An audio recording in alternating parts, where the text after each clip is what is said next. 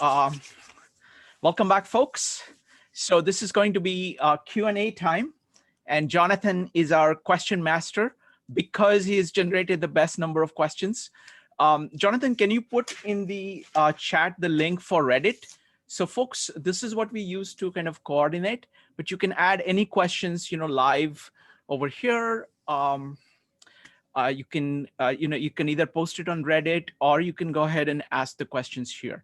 Now, this discussion is for people, this back and forth is for people who have read the book, so that we can go into the concepts in great amount of detail. Everybody else is more than welcome to stick around and listen to the presentation, but this is about going into the depths of it. Now, Rob wanted to answer one of the questions and then go away. Yeah, but he just put something in his mouth, so all he's going to get is which is really hilarious because the question is about nutrition. Here I am. He's eating cookies. Okay. No, so Rob missed this at the end last time when we were having a discussion based on Jonathan's idea of should we use the word fuel or should we use the idea of nutrition? And I was listening in thinking, this is really interesting, but I hadn't formulated a thought. Then we were driving home, and on the way home, I started thinking, well, wait a minute. I don't know that I totally agree with this.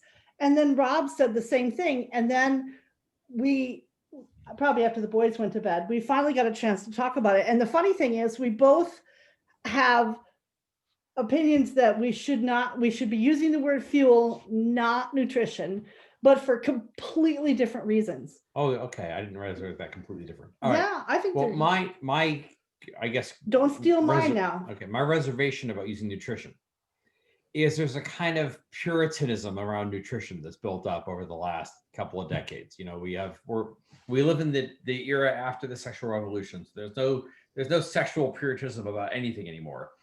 So people had to find an outlet for it. And one of the places they put that into, that puritanical urge, was into food and eating right, and what you're supposed to eat and what you're not supposed to eat. And there's a tremendous amount of energy that's gone into this, much more so than I think in previous decades. I know, but the guy who invented the graham cracker. Yeah, the guy who invented the graham cracker. Yeah, they did that. There was a strain back there. There was. But there's actually a psychiatrist who identified the term orthorexia. And it's an eating disorder that consists not of not eating, but of an obsession with eating right, where right is usually defined in terms of what you exclude from your diet. So like, I'm eating gluten-free and dairy-free and this free, and then you take one thing out after another in an obsession with eating right. And I think he's trying to capture that sort of puritanical idea that to eat right, therefore, must mean eliminating. Well, and also it must mean you have to suffer for it, right? So, the reason why that struck me as a little wrong for dealing with art is I think of art as more like a dessert, right? Or as something that's that's a wonderful, a rich and satisfying meal. I don't think nutrition is necessarily it's not a totally invalid metaphor, but I just want to make sure that you avoid that overtone that nutrition can sometimes have today of. Art is about eating your vegetables, or it's about, not enjoying something too much, and bringing in that sort of puritanical overtones that people have when they deal with nutrition these days. And my reason for wanting to use the word fuel is because of the connotation of fuel, not just as what drives you, around the block, but like fuel as in rocket fuel, that has that kind of a power to it. So for me, I think we need to use the word fuel because of that connotation. It's got that kind of instantaneous blast off power. Not all of it is. Some of it's more, gas, which doesn't have that causes backfires and things like that in your car. But it has the potential of being a combustive power in your life. So that's what we wanted to say on nutrition. Wonderful. I find it appropriate that Rob is eating a cookie while doing that. Yeah. That was totally. So I folks, have some thoughts to share. Sorry. go ahead. Yeah, folks, if you have any thoughts about just this particular thing, fuel versus nutrition, that's what we're discussing. So the format in this Q&A is that we'll keep taking question after question, and everybody who wants to say something about it will get to say, about it. Only if you've read the book, you can go ahead and type an exclamation mark, and we can go to you. Joia, you're next. Go ahead. So first, I want to say that when it comes to food, I am definitely an omnivore. I eat just about everything. I absolutely love cookies, but you'll see I'm also eating apple slices. And I feel the same way about metaphors. I don't know what the term would be, an omniperson in terms of metaphors. So I love how Sherri is pointing out that fuel has, as a metaphor, has this great connotation of rocket fuel and this great power, which I love, and I think we want to associate with art. But I think, in addition, that having the metaphor of nutrition adds a different dimension. One of the things that I'll just share that I really like about this metaphor is that when I think about the word nutrition, to me, it has the connotation of healthiness. It's something that we think about when we think about, how do I live a healthy, flourishing life? And specifically in terms of my energy. And there's also, it's almost not even a metaphor. It's one of those metaphors that has almost become a dead metaphor. But when we use the word consume, consume is, what I do with my food, but we also think about ourselves as consumers of art. So I think just some of those aspects of nutrition provide analogies that I think could be potentially useful to explore. And of course, every metaphor breaks down eventually, but I think to the extent that a metaphor can be enlightening, it helps us notice things about art that I think could be beneficial. So it's going to be Maritza followed by me. Maritza, go ahead. When I hear the question, is art better thought of as spiritual fuel or spiritual nutrition? My immediate thought is like, I have to choose. I feel like my answer, I want to say, is both. So I have been obsessing with, food lately. And because, I just woke up and decided I needed to get healthier and lose weight. And so just because I'm proud of myself, from July through December, I actually went on a weight loss journey, and I'm down to almost 30 pounds. But anyway, so fuel versus nutrition is interesting, because I agree with what Joia was saying, is that usually when you think of nutrition, that one just brings up more healthy images, as it were, because rarely ever are you going to use nutrition and cookie in the same sentence. But there are exceptions, though. There are, Rob. I can make yummy cookies that are fairly nutritious. But it's something I ended up doing, was just I started learning how to cook with different ingredients that would make things, healthier, that were still like really tasty. I feel like to me, art is both a fuel and a nutrition, in so much as it depends on what type of art to me. So, when I was going through time as a little girl, when I'm dealing with a lot of loss, a lot of turmoil, a lot of upheaval, I had these like fiction books that were absolute trash, but it was the perfect escapism for me. So I felt like those were, there was no nutritional value to them, but they were like, yummy, delicious cookies that were fueling my will to live, because they allowed me a little bit of distance from the harsh reality that was my current existence. And that's okay, as long as I didn't stay there, because, like the actual real cookie, too many of them, and you end up in trouble. Yeah. But I go through phases, where sometimes, like it's very hard right now to pick up a fiction book that's like absolute trash and just read it. Right now, I'm on a nonfiction kick.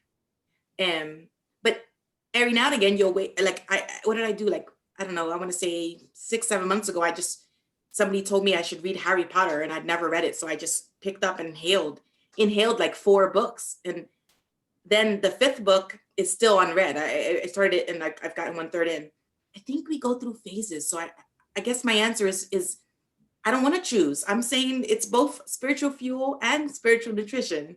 So wonderful. So I want to mix my metaphors here. So I run on coffee. So that's my fuel, and it's my nutrition as well. So I like actually using nutrition. I think the spiritual fuel is a very big metaphor. I think you can of course you can use both of them, and the power of the spiritual fuel is that it is pointing out. And so firstly, I like the fact that we're discussing this issue of saying, okay, what is the proper metaphor for art? Okay, this is not a minor thing, because this is actually in the process of discussing this, what we are trying to get at is, what does art actually do for us? How does art impact us, right?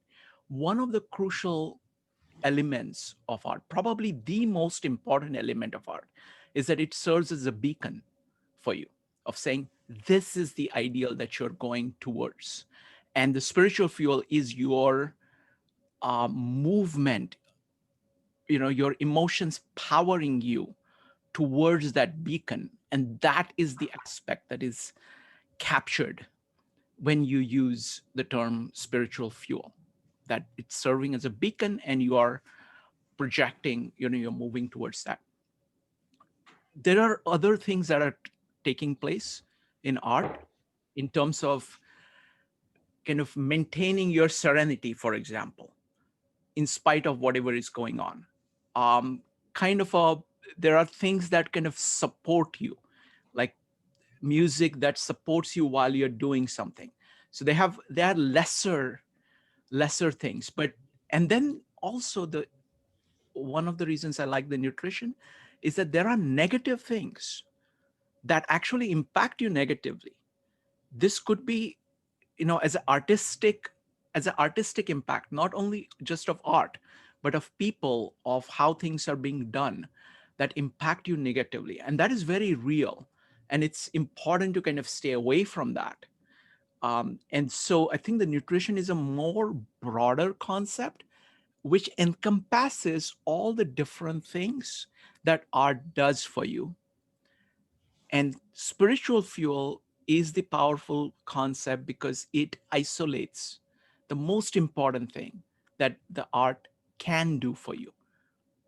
So I see that is the issue. So next up is going to be, so Jonathan, so let's look at the questions now. Folks, if you want to put a question on the table, you can do so too. Jonathan, if you had to pick, what are some of the top questions that you see in your list? What would you pick if you were to put one or two? How about you propose maybe 2 or 3, and we'll pick one of them to discuss.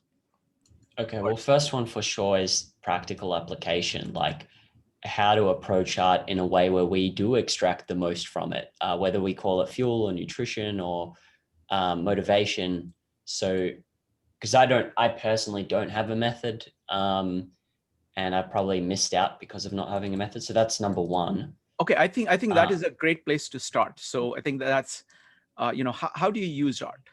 Okay, I don't think we've asked that question systematically. So let me put that question on the table. So any of the panelists or any of the other people, now this time, anybody who has read the book is welcome to comment. So just go ahead and type exclamation mark if you would like to go next. Sherri, you have something to say? I was just, I think I was reading through your questions and kind of following a pattern of following through to see.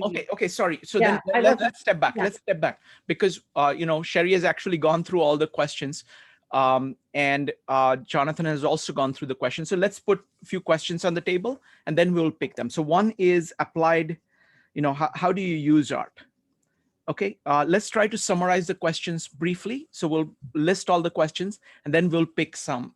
We will pick some of them and we'll go through them in order. So first one is that, so Jonathan or Sherri, you can go ahead and put the other questions down. Jonathan? Sorry, what did you want me to do? What other questions do we have in your list? Do you want me to list them individually or just Yes. focus on? How many do you have totally? There's quite more than I can count right now. More than you can count? Okay. Sherri, Yeah. are there questions that stand out to you? Well, I think there's kind of a grouping of questions about Go ahead. how you use art. And then I think tied to that, Jonathan's question about is there some sense of a routine? How do you view it? How do you go and find it? Those kinds of questions. I think there was a question in here about let me find it again.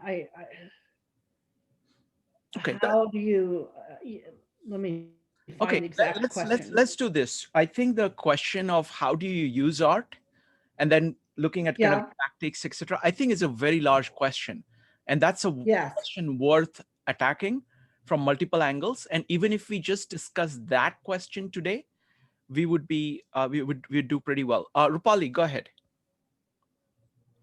So I wanted to start with talking about the question, how do we use art?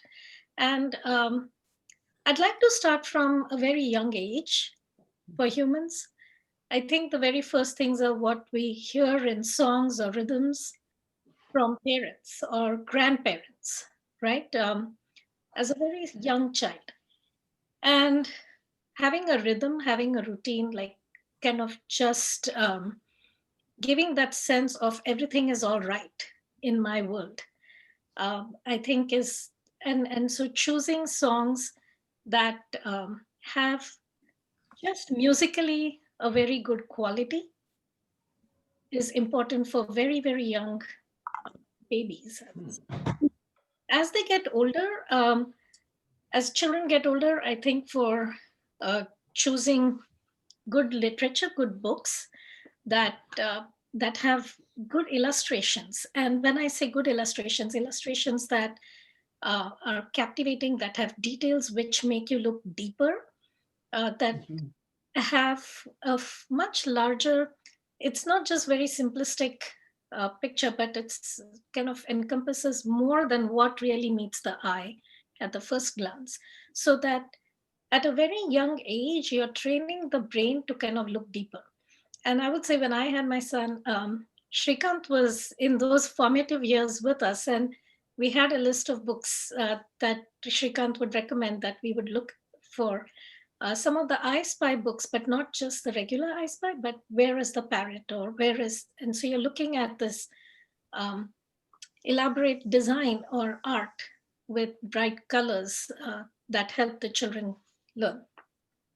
As they get into more of the preschool years, you can actually start telling what things are for children. And, you know, within counting, within the alphabet, within talking about language, because that's a big part of development, it's important to kind of show, read stories that have, or show art that kind of encompass a culture, or to show, you know, what is possible within that, right? Because you're letting the child's imagination take a leap. Now, children can imagine at a much higher level than they can read or write. So that's why it's really important to choose artwork, literature, music that can extend their imagination. I remember when we read Harry Potter with my son when he was in first grade or second grade, and we decided we'll watch the movie, and he was just so disappointed, and he said, that's not how I imagined Voldemort. In fact, he was scared of the movie. And in his mind, he had this image that he had created, which the movie didn't do justice to, or was completely opposite of what he had imagined. And after that, he never watched a Harry Potter movie. I think now that he's an adult, he probably has, but not back then. So giving children literature that can stretch their imagination is good. I like it, between the ages of 7 and 12, I like children to read classics. And that was another contradiction in the Romantic Manifesto, is about classicism and romantic literature. But I think what the classics do is also they take the universal themes that humans experience across cultures. And because those themes are timeless, children can start identifying with um, with things that happen in life, right? Birth and death, the life cycles. They start noticing things around them, and then they can say, okay, this is how the world around me works. And so, whether you're choosing poems, whether you're choosing art, whether you're choosing music, or books, trying to get those universal themes is important. And then in adolescence, I love this age group because they're on this emotional roller coaster, and you're watching this emotional up and down, from a distance. And without getting caught in it, you can actually just guide the students to develop a purpose in their lives. And I can say last year we had this young adolescent student who came to us with, very basic, just meeting benchmarks and not really having any goal or any idea of what he wanted to do. And this year, he is a poised young man, ready to take charge, lead the group. And that transformation has happened because of art, because of music, because of literature, because of empowering him and giving him choice of making individual choices and seeing the repercussions, seeing the consequences of his choices. When he made poor choices, the consequences were very bad. And when he made good choices, he moved on, and that's how he built his confidence. So, if you want children to develop that intrinsic motivation, giving them examples of larger than life characters and biographies of great men and women through history is important. Or even, we go to the art museum all the time with our students, and we talk about portraits and what a portrait shows about this character. And we had a fantastic presentation of Paul Revere and the Midnight Ride. In poetry, we read the poem.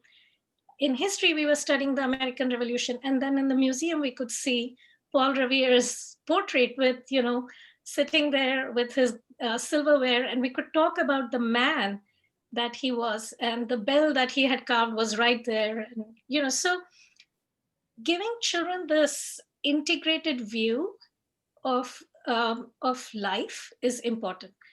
And as a young adult, I can speak for myself that having these books that had an ideal where characters actually did something gave me the confidence of saying, I can do it. Mm-hmm. And that's where my struggle was. That's when I discovered Ayn Rand. And my struggle was between the self and the society, because that's also the time, time when you're rebelling and you're trying to figure out who you are, and you're trying to fit in within the society, and you don't want the old traditions. So it's important again to give literature or art that will help people understand, young people understand their purpose, their goals in life. And then as we continue our journey in adulthood, we go through different phases of in our own development.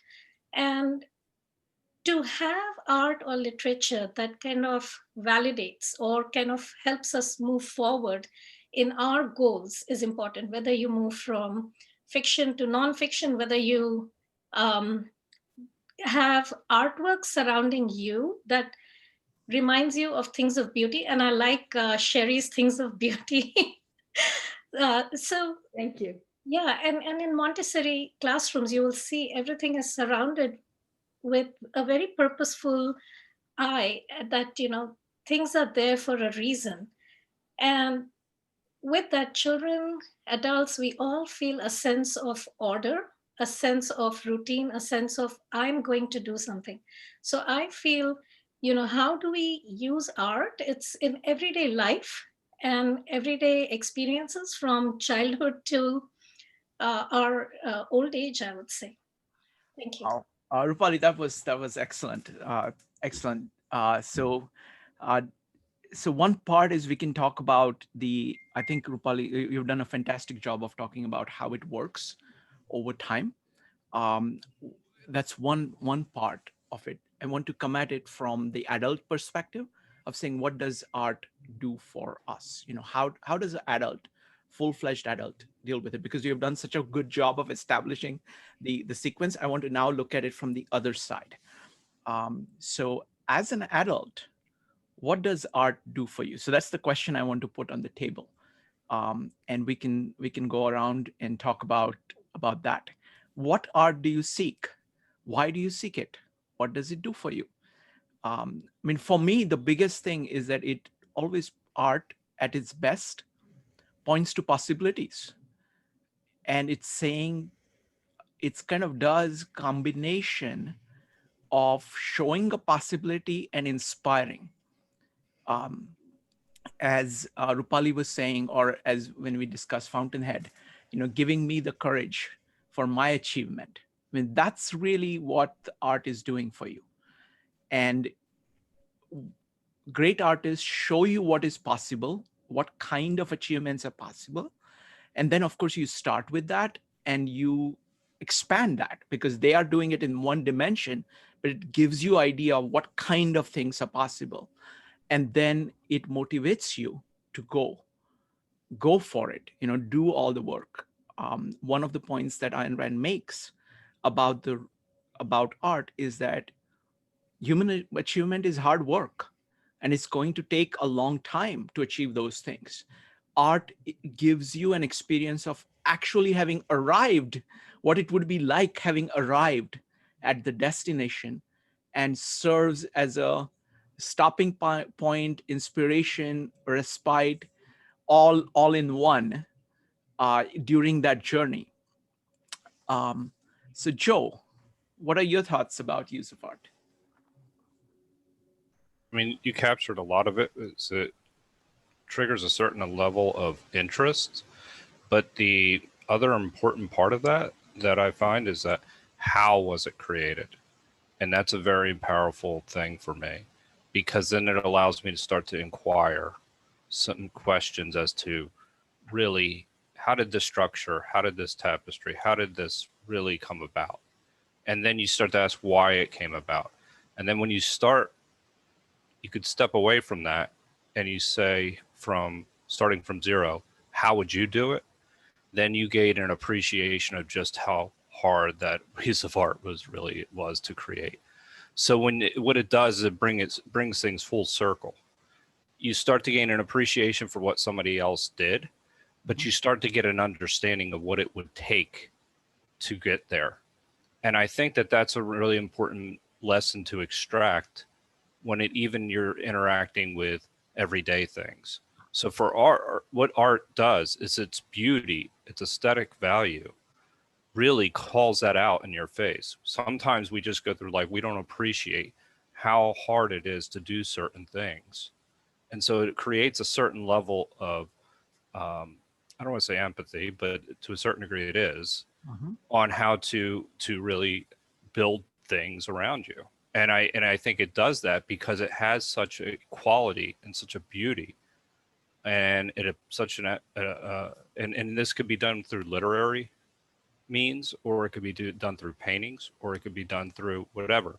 And so that's the value to me that I extract from it, because you walk around and then you become interested in time periods that you wouldn't have otherwise been interested in. It makes something real. If you go through an exhibit,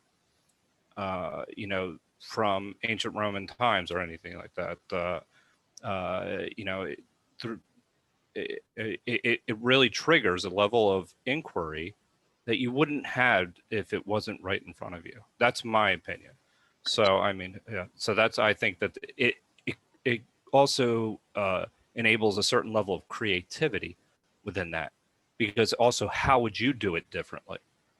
You know, and so there's a lot of understanding. No, that's excellent points, Joe. I mean, the idea of how do you actually create art. I strongly believe that you have to have the mindset of a creator of art when you are consuming art.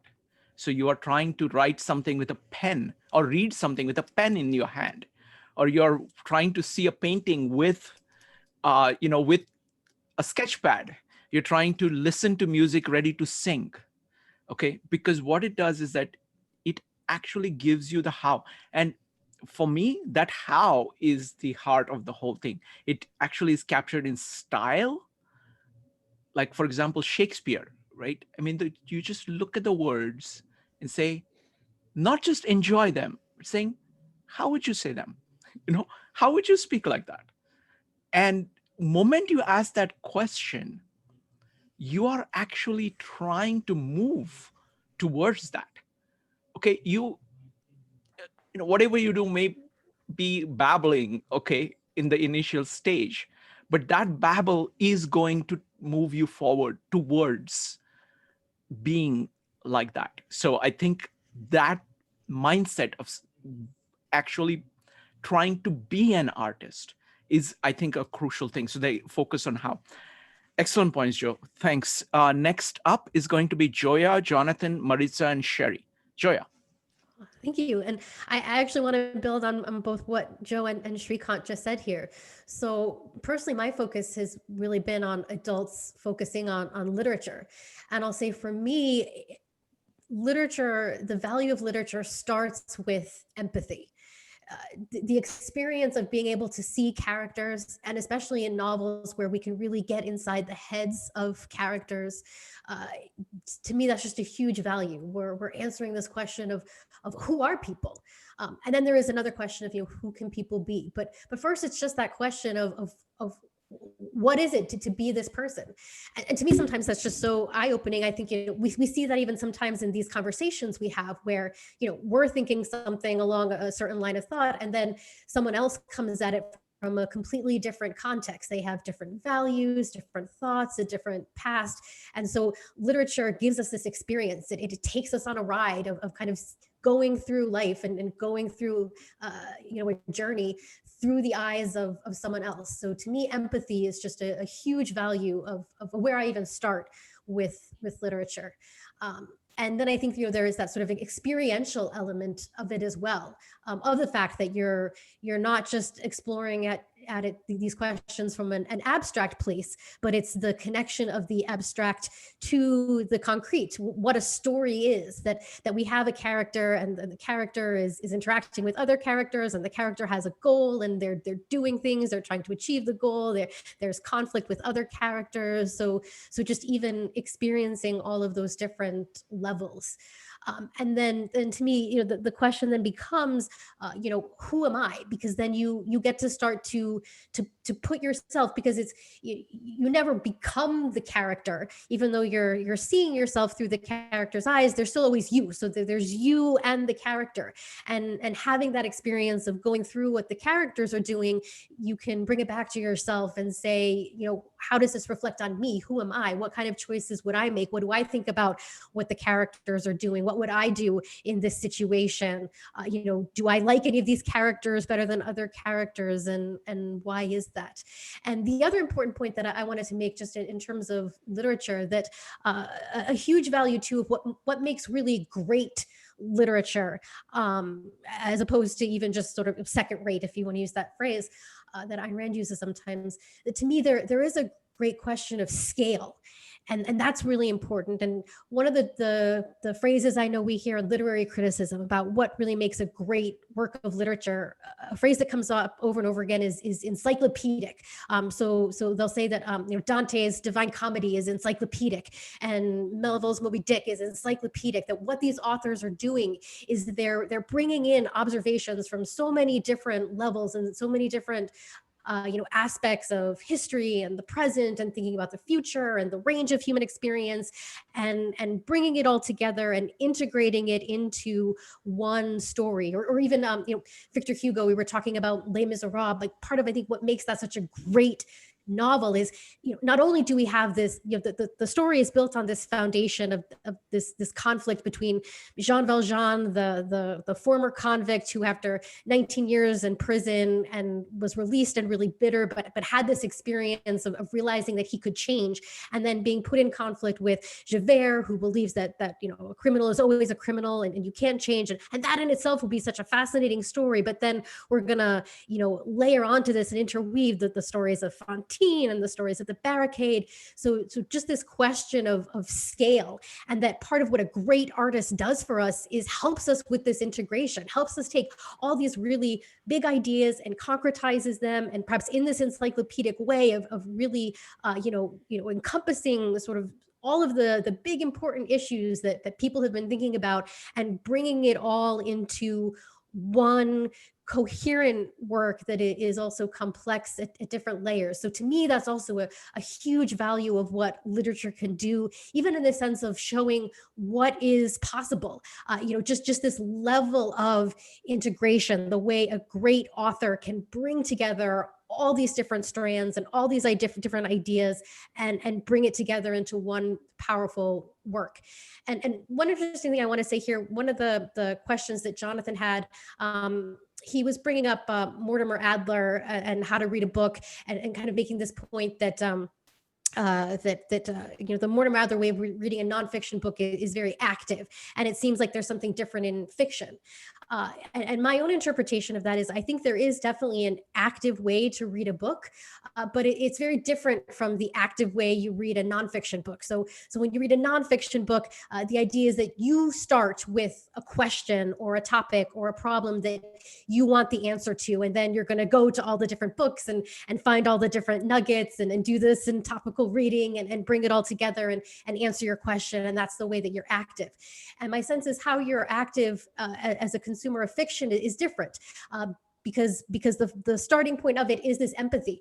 So it starts with you are just kind of going to give up the reins a little bit at the beginning and just show up as someone who is open and curious and willing to be in that empathetic place where you're going to let the author or the character, take you on a journey.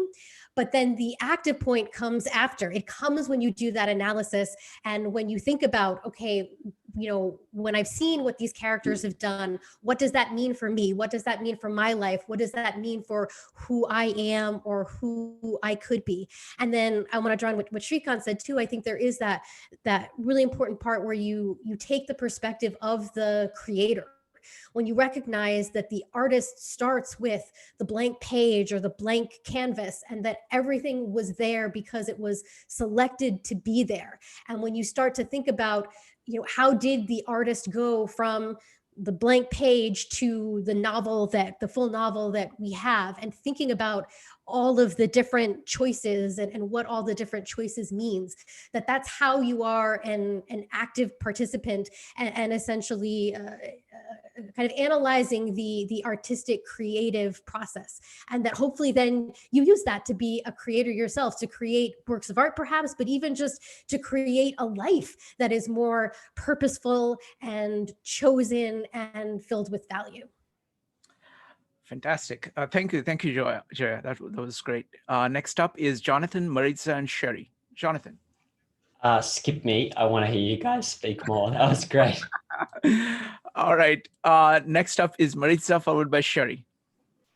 Oh my. In answering the question, what does art do for me as an adult? I feel for me, art reminds me that I am a creative soul. And for me personally, sometimes I need that. And I find though that while all works of art, whether literature, or in actual paintings, they all do that. Some of them resonate and become a part of my lifeline, as it were. If there's a timeline of my life, in general, it would be depicted with a book and or a song or a musical work. Because I just don't usually have that resonance with artwork.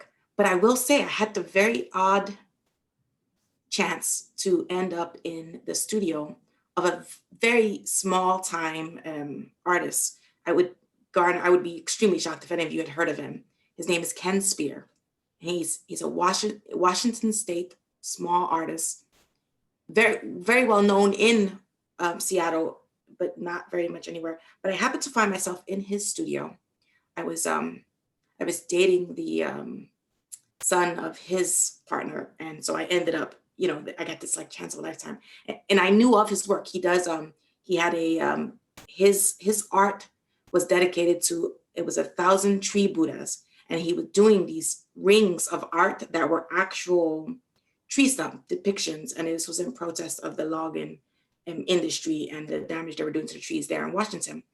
So in this studio, he's showing me his art, and it's all very nice. And I turned a wall, and this huge artwork was on his wall, and I just stopped.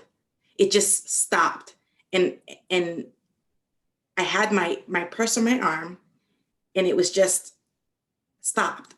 And I'm looking at it, and I couldn't move. Like, it took me, it's like one of the only times I can tell you that a artwork reached out and like just smacked me, and it stopped me in my tracks. And it's called The Eightfold Path, and it's this painting of trees and pathways and fauna and life, and and what it seems to be saying is that there are so many options. Life is so known, even in the middle of being unknown. And look how beautiful the unknown is. And this is all what I'm seeing. I'm standing there, and I stood there for so long that the artist, this older gentleman, I guess he got curious. He couldn't tell if I liked it or not, because I think I was like literally frozen and there was no expression on my face. And I actually said, first words out of my mouth were like horrifying. You know what I said to this man whose work I'm stupefied by, where I'm humbled? He asked me, and I said to myself, I'm trying to figure out how to fit it in my purse.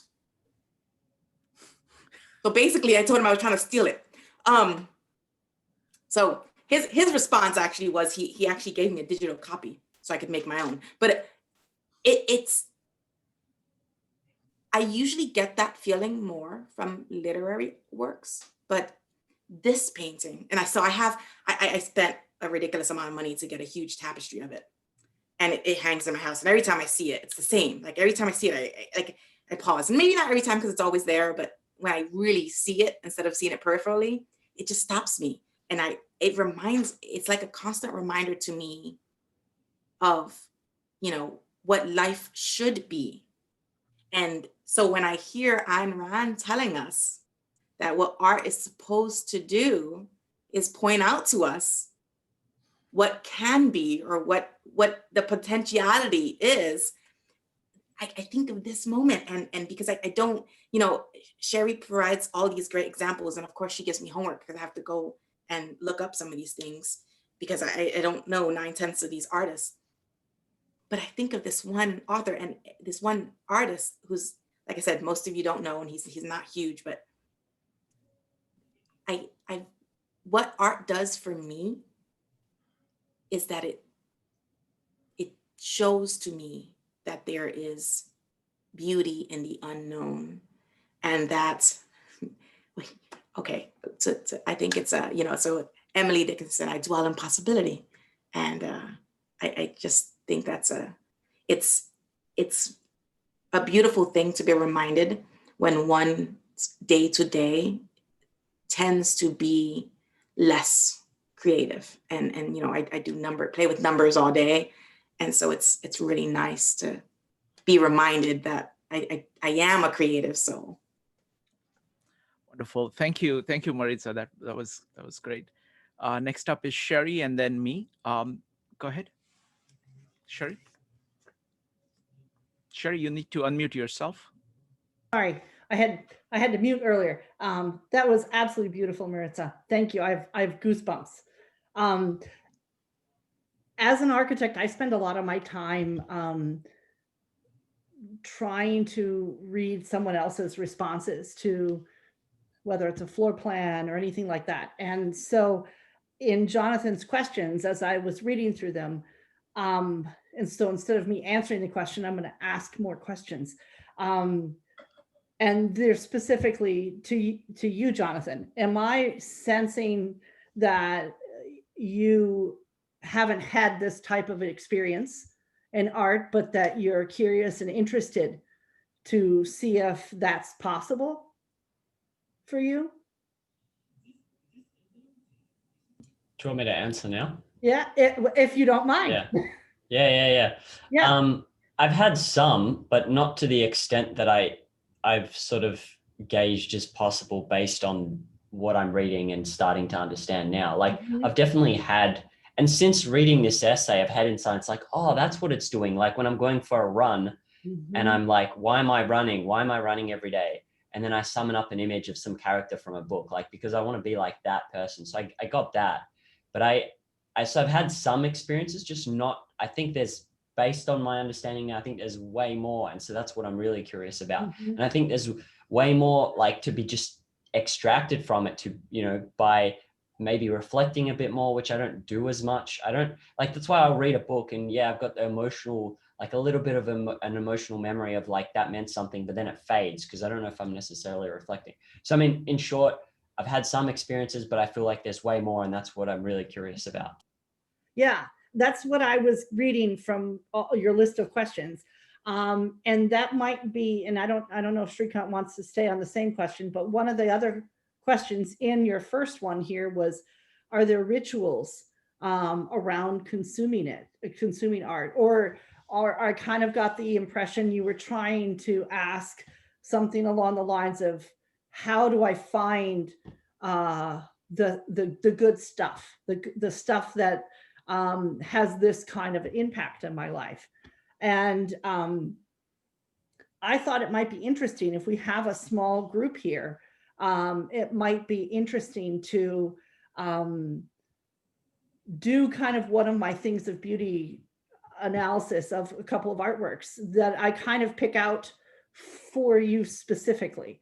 And I thought, since we were all kind of stuck in our own areas, it might be nice to pick something from a museum that's close to where each of you are, so that once we can all get out and explore, you've got a potential source of something that's right nearby for you. Or if you're if you know that once you get your vaccine, you're going to Paris, then maybe I could pick something specifically that would be something you could see on that trip. I thought that bringing the examples in might be a really interesting way of giving you each an idea of, and I think it would be interesting. I have friends who like for Shrikant, for example,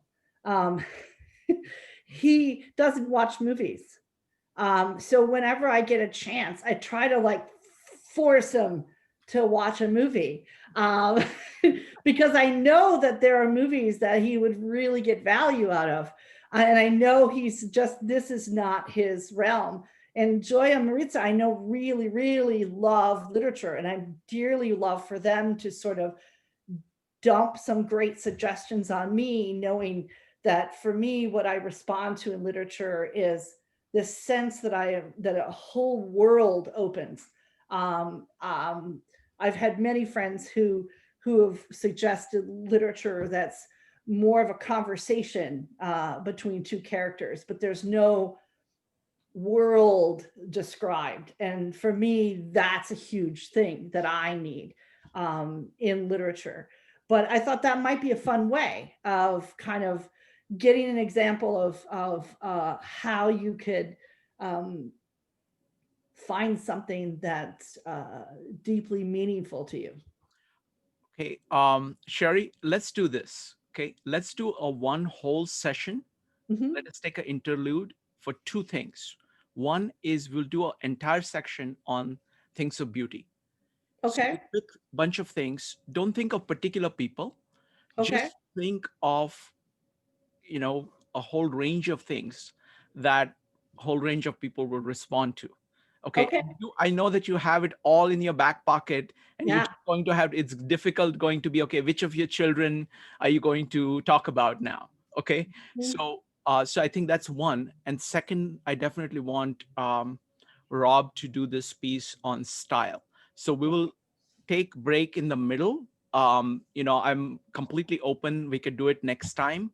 If you want to do it, or Rob want to, just let me know. Just text me and let me know when you would like to do it.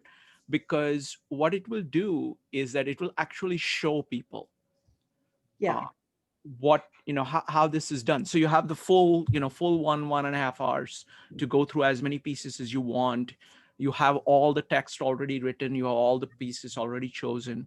So I think that's the best way of doing okay, that on a full scale. Okay. okay, But that's great. So I want to talk about one thing. I want to build on what Joia said about empathy. Okay. Mm. One of the critical presuppositions here is that human beings are the same. Okay. That you in your soul, you have the capacity of being like anybody else, all your heroes, all the great artists. Okay. So you're actually putting yourself in the, or not just great artists, but all the great pieces of art that they have created, that you can be that, is the idea behind romantic art. That's what the capacity of human capacity is. Now, in order to make the most of it, you need a very odd combination of two things. One, you need humility of, when you see something which is incredible, you have to have the reaction and say, wow, I don't know how that is done. Okay. If you kept on saying, if you come to art or to life saying that I know everything and that's all it is, you're not going to get anything from art. Okay. So you have to have humility.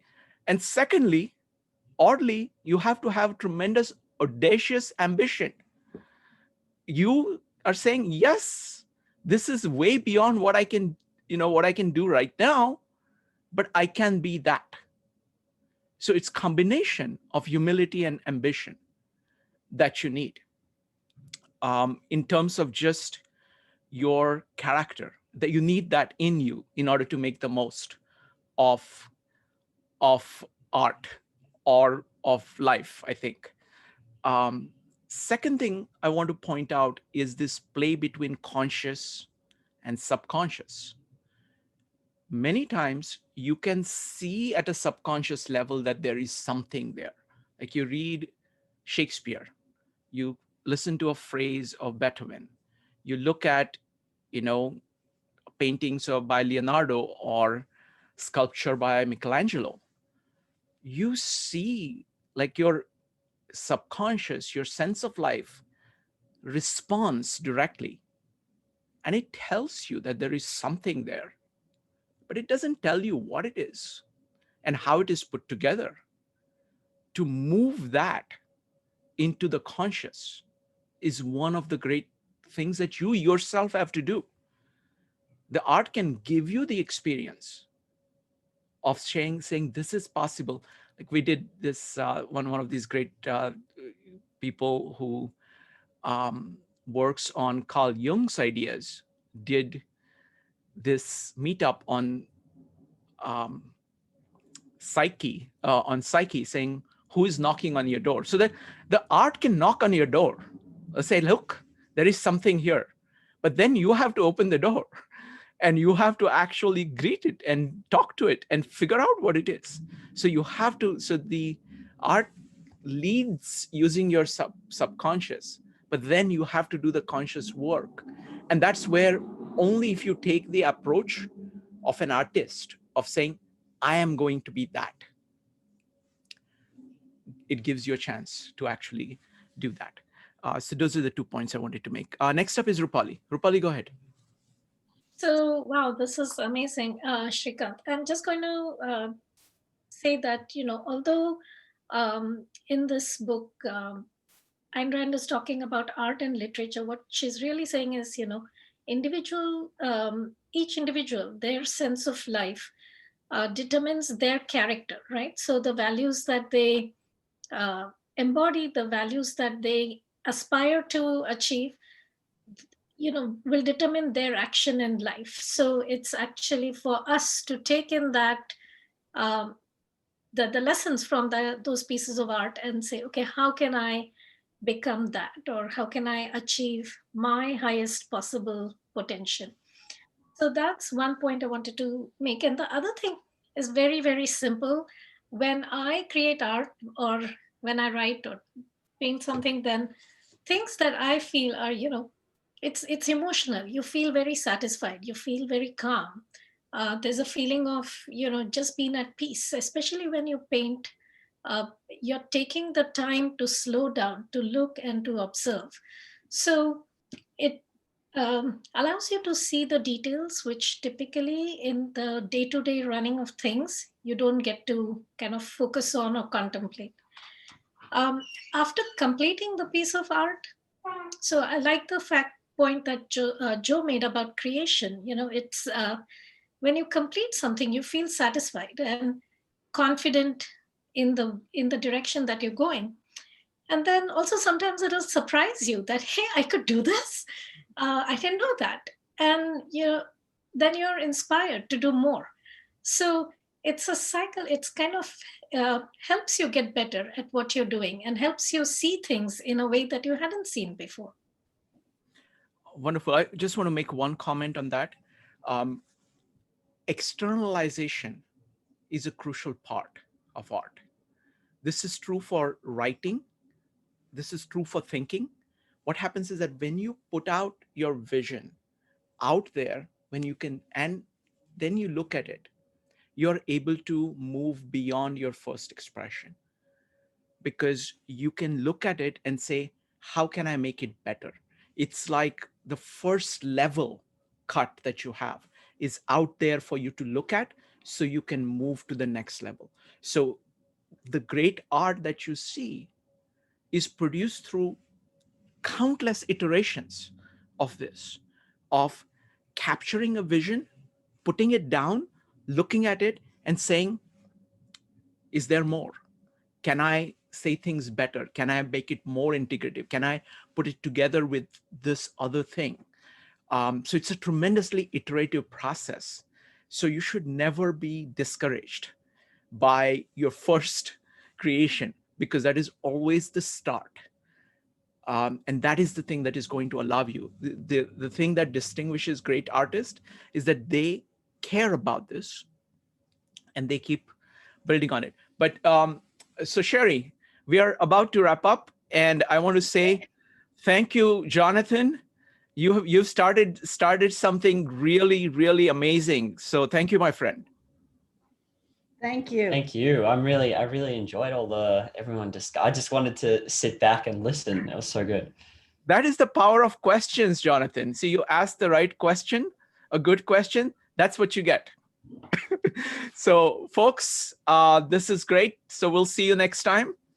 Have a nice evening. Bye. Bye, y'all. Bye, everyone. Bye.